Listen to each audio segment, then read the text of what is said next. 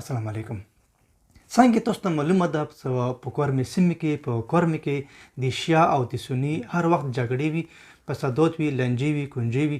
د هغه په وجه سره حالات یقینا ډېر زیات خراب شي او شیا ته هم سني ته هم. دې نه علاوه کومه بله ډېره غټه مسله ده هغه دغه ده چې څومره هم ډیپارټمنټ دي هغه په پرچینور شهر کې دي.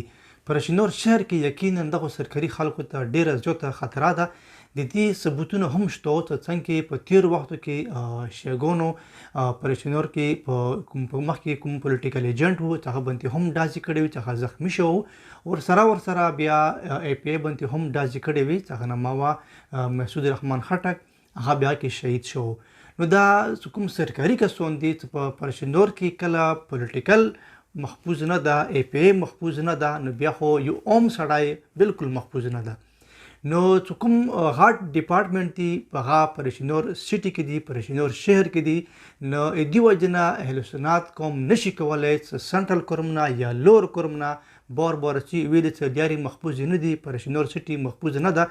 نو چې کوم ډیپارټمنټ دي لکه هیلث ده او ایجوکیشن ده، ورسره اکاونټ ده، اګریکلچر ده، فورسټ ده، اریګیشن ده، داسې نورې چې کومې ډیپارټمنټ دي هیډ ډیپارټمنټ دي باید هغه د سادې ته منتقل کړلی شي او د ډي سي آفیس ته هم منتقل کړلی شي سادې ته. دا د مقامي خلکو مطالبه ده، مشرانو مطالبه ده چې څومره هم ډیپارټمنټ دي هغه دا ټول ربدل کړلی شي سادې ته.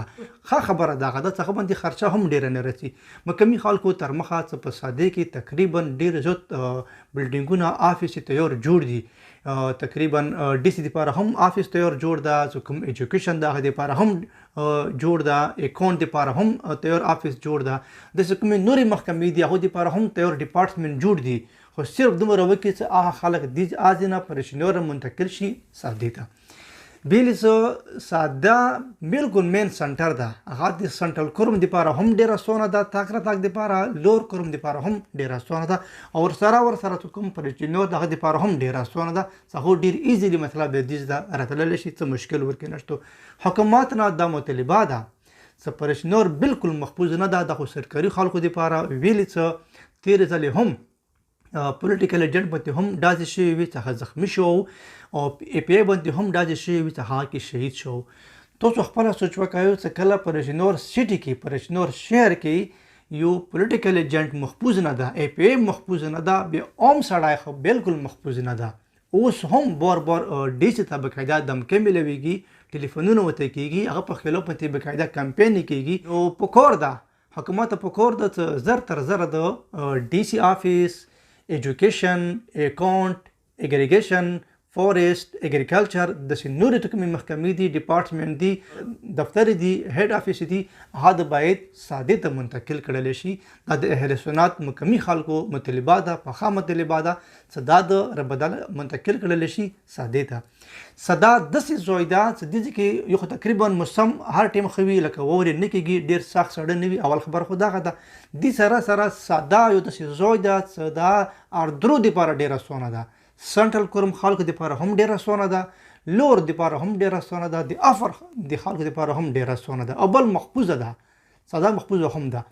نو نشي کولی چې دې نه پاس اهلسنت خلک هغه لوډ شي پرچینور ته، ویلې چې لیارې هم باندې خطره هم ده، هر ټایم جګړې هم وي. حکومت ته پکار ده چې زر تر زره د په دې باندې عمل وکړي.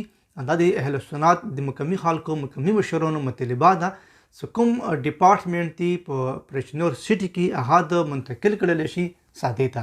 او ښه خبره دغه ده چې تقریبا د ټولو ډیپارټمنټ دپاره تیار بلډینګونه جوړ دي سادې کې. خوندې خرچه ډېره نه رسي، خرچه به هم ډېره نه شي ویلې چې تیار الریډي بلډینګونه آفیس تیار جوړ دي، ډي سي دپاره هم تیار آفیس شته ده، ځای شته ده، ورسره چې کوم ایجوکیشن دغه دپاره هم شته ده، خزانه چې کوم د اکاونټ هغه دپاره هم تیار شته ده. دا ډېر زیات مشکل دي چې یو سړی څنګه وکړي چې په داسې وختونو کې په داسې حالاتو کې سنټرل کرم توره وړې سایډ نه یا خویت خیلو سایډ نه یا لوئر کرم سپارې سایډ نه پرچینور ته ځي، نو خرچه هم رسي، تکلیف هم ده، خطره هم ده.